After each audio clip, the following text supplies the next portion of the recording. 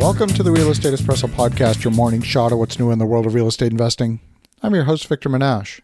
On today's show, we're looking at what is looming as a water crisis in parts of the United States.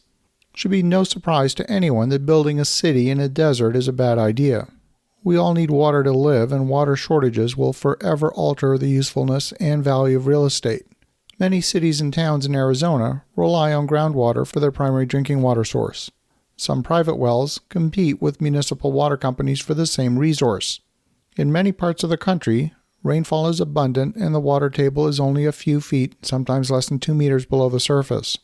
My own property has water very near the surface, and the ground is only 12 feet, about 3 meters above the high water mark for the river. Water wells in the area are at no risk of running dry. Most wells in the area are about 120 feet deep. They're drilled to that depth so that the ground filters and purifies the water to bring it to potable quality. That depth also ensures a reasonable flow rate. On today's show, we're talking about some cities that are literally dying of thirst. In a rural area north of Scottsdale, Arizona, residents in the area are being told that they will run out of water this December. Some developers have built new homes in the area, and the municipal water district has now refused new connections to the water supply. Some area residents have wells that are over 700 feet deep, and those wells are now dry. The community of Rio Verde is facing an existential threat.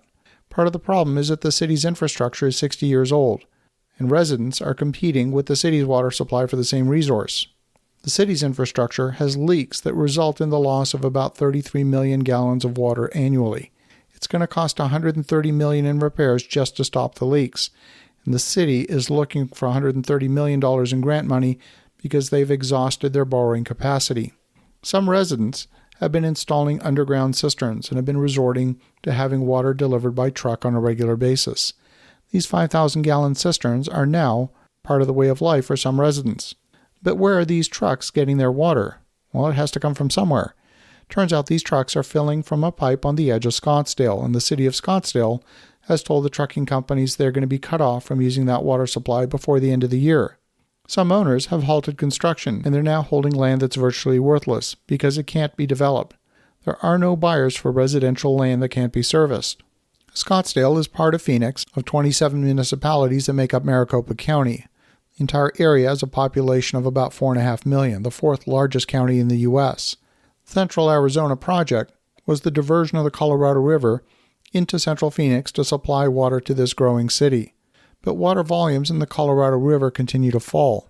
This is evidenced by water levels in Lake Mead and several of the other reservoirs along the path, like Lake Havasu, that follow the Colorado River. The water level in Lake Havasu is controlled by a series of dams, and the consumption of water in Lake Havasu City is tightly controlled to prevent the water level from falling below the power generation station's inlet. The average water depth in Lake Havasu is 35 feet, and the current water level is down about 2.5 feet from full reservoir. That metric is misleading because the real problem is upstream of Lake Havasu. Lake Mead is the largest reservoir in the U.S., which supplies water to a total of 20 million people spanning Nevada, Arizona, California, and even parts of Mexico. The water in Lake Mead is now lower than any time in history for the month of March and April. In a normal year, the snowmelt from the mountains causes the water volumes in the Colorado River to increase and the water level in Lake Mead to increase throughout the spring. The snowpack in the mountains was far below average this past winter, and this year, the peak water levels in March are below the lowest level in 2021. The water level is 180 feet below the full reservoir level, and water intake valves that haven't been seen since 1971 are now exposed and standing out of the water by about 10 feet. That water intake valve is now above the waterline and can no longer intake water. The reservoir is less than 35% full. Recent projections from water conservation engineers are suggesting that Phoenix will be uninhabitable by 2060. The thing to remember is that if water levels continue on their current trajectory, problems will arise long before 2060. We're already seeing water being cut off in the community of Rio Verde in this year, 2022. And that's going to become increasingly common, which will result in shrinking population. And we've seen what shrinking population does to a city. You only need to look at Detroit to understand the impact.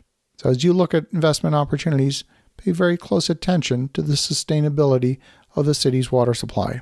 Have an awesome rest of your day. Go make some great things happen. We'll talk to you again tomorrow.